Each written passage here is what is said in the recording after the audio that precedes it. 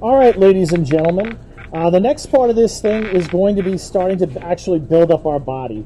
At this point, you should have your armature done, and in my previous videos, I went through how to bend the wire appropriately to get us here, and then obviously using the foil to build up the body. We don't want to use this entire thing and fill this up with clay. We want to be efficient with the clay that we use. Now, at this point, you should have already finished the arms and the leg.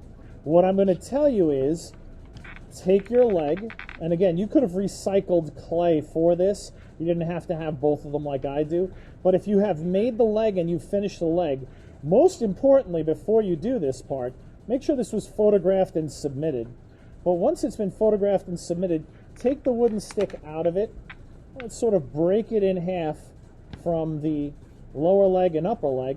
And at this point, let's mush this back together. All right, we're going to use and recycle the clay that we have already worked with to get this done. So what I'm going to do is I'm going to sort of mash that thigh, all those little pieces, and I know they weren't necessarily smoothed out before. I'm going to mash them all back into one solid ball. And now I'm going to try to make that into a meatball. This will be the most clay that we've ever, pretty much used for any of this stuff. So again, I'm going to kind of mash that up into a nice little ball. And then what I'm going to start doing is flattening that out. As always, and since this is now we're working on our finished sort of sculpture, as always, we want to make sure that there's no cracks, folds, creases in our clay. So please don't move on to flattening it until you've kind of made a nice, even sort of meatball out of it. And then what we're going to start doing is flattening it. Just as we've done in almost everything we've done before, we want to make sure that we flatten this thing out evenly. We don't want it to be lumpy. We don't want one part to be much thicker than another part. But more importantly than that, we really do want this to kind of work out to be relatively pretty thin. Okay?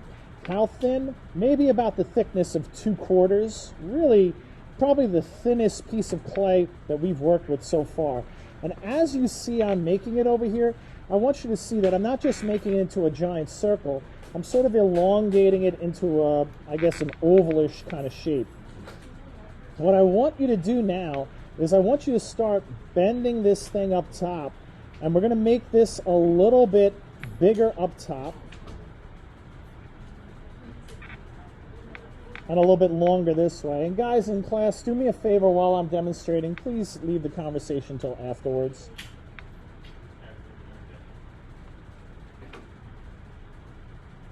What I'm doing right now is I'm sort of flattening this out evenly. Again, fairly thin.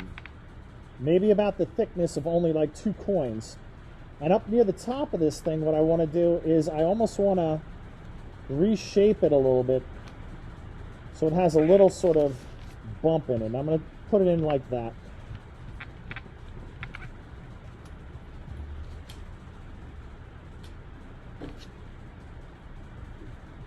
And this is the kind of shape we want to make. We want to try to make this shape relatively symmetrical, meaning that it looks the same on both sides. So the top part over here, you can see it has 2 parts that kind of bulge out. The rest of the body kind of comes down almost to a little bit of a point. I kind of go over with my fingers to make sure that everything is almost at all the same thickness. Okay. Let's see how thin mine is, but you can see it's relatively even with that thinness. And I have this larger part up top here that's sort of flapped up a little bit of a dip right over here, and then everything kind of comes down a little bit and tapers in a little bit. We're going to take this, and if we have our foil body set up, this is going to be the basis for our body. Now, I know the piece of clay that we just worked with is not going to go all the way down the torso, but it should make it well past halfway down that torso. All right? The 2 flaps that I've kind of created, well, this little divot right here should fit right into like the neck area, almost like it's a collar. And then these 2 parts over here should fold up and over. All right? And the first thing I did is what I want you to kind of avoid. Try to avoid pressing this into the point where it tears. We want to make sure that we don't have foil peeking out. There's going to be more clay that ends up on top of this, but what we want is to press this into our foil and have a nice thin layer to what we can consider the base of building our body. And what I'm going to do is kind of press that into the foil creation that I've already made, and just make sure it's really stuck in there and sort of wrapped around it fairly thinly. You're going to see the flaps that I made up top, which are the start of the shoulders. They should sort of fit nice and around and almost get all the way to the back. Again, they're not going to start covering the back. It's not going to be that much clay that we have. But at least for the front, we should have a nice bit of coverage. It's okay if you see a little bit of foil peeking out the top over here by the neck. It's okay if you see some right at the edges over here. And it's okay if you have a little bit of what the hips are going to be uncovered. But you should have enough clay if you use the thigh, and you make this thin enough to really cover what will be the shoulders to really about whatever the belly button is going to be on this actual character. It should get enough coverage that you're kind of almost covering up the whole side. And just like I said before, we want to try to keep things symmetrical. We're going to go ahead and take the lower leg. It's going to be a bit less clay, obviously. We're going to start with this. Roll it up, mush it down. You can see what I have right now has a lot of those creases and folds and stuff in that. Make sure all of that stuff gets meshed together. Roll it up. And I can't stress this enough. If you have those creases and folds in the ball of clay, when you start flattening it out, those creases and folds are going to be parts where your clay basically comes apart. So we want to have it nice and smooth and constructed. And again, this is just the clay I used on the lower part of the leg. And from here, we're going to start basically very much the same. It's going to be less clay. And since we do have a bit of coverage back here, probably not as big a shape, even though it'll be very similar to what I just made, it's not going to have as much material up top. This hopefully should be enough for us to at least cover the back of our character and connect to the front piece. And once again, we want this to be relatively thin, maybe like the thickness of 2/4, maybe even a little bit less. But more importantly than that, it needs to be even, nice and even. So try to make sure you don't have lumps and bumps in it. If you need to, you can almost press it down on the surface. What I would recommend is that if you do press it down onto like a table or whatever it is like that, you have a piece of paper underneath it, because if you put it down like on a desk or something very, very smooth, it's going to tend to stick and probably tear apart. But again, we want to make a nice, even, thin layer. I'm going to pull out just a little bit on the top, kind of reshape it a little bit so it's similar to the front piece, in that it has a little extra material, a little sort of dip. All right, and then I'm going to grab my back piece. I'm going to look first if it looks like it's enough material to kind of get us all around. It looks like that for me. And what I'm going to do is, again, press that in. May not come down as low as the front piece. Again, we're using the lower part of the leg for this, so there's a little bit less clay. But again, our objective right now is simply that we get a base layer down for that torso. You can see the two pieces, and what we want to do is meld those pieces together.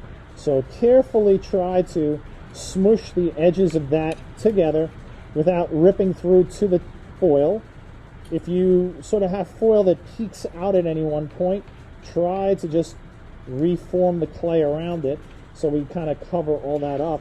Again, we're working with a relatively thin layer. You can see a finished side over here. I've kind of made it, smoothed it out so it's all one.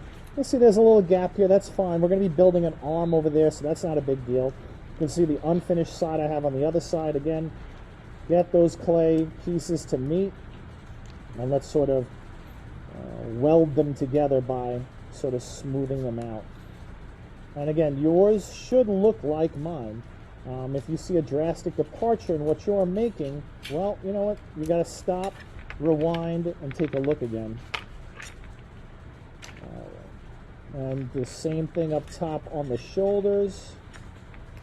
Again, form them into one. So those two pieces of clay that were the leg now will be our basis for the chest. And you should be using the clay from the leg. I have specifically done that so that we have all a relatively similar amount of clay. I know we are using a lot of it. Mine is not quite 100% finished, but you can see what mine looks like. Again, it should be enough clay to cover up the shoulders, the chest and torso, and probably the belly. You'll probably come up short on what was going to end up being the hips. You flip this guy over, it's going to wrap around, connecting over with the shoulders and the side of the rib cage, and the backside's probably going to be a little bit less clay than you have in the front, so it'll probably come down just a little bit lower. But the important thing is it's a nice thin even coat, and that the two pieces that we put together are sort of connected to one another all the way around, and this is sort of pressed in nicely into our foil.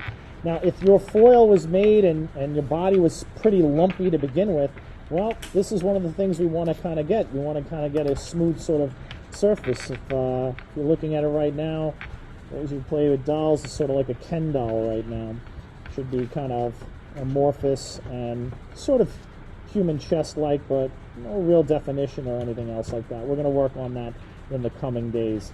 And that is our first layer of clay for building our figure. Once again, you should photograph this. I know that the wireframe armature, it's not really something you need to photograph from different angles, but I would like to get at least a front and a back for our clay sculpture here. And that's what you're going to be submitting. All right, guys.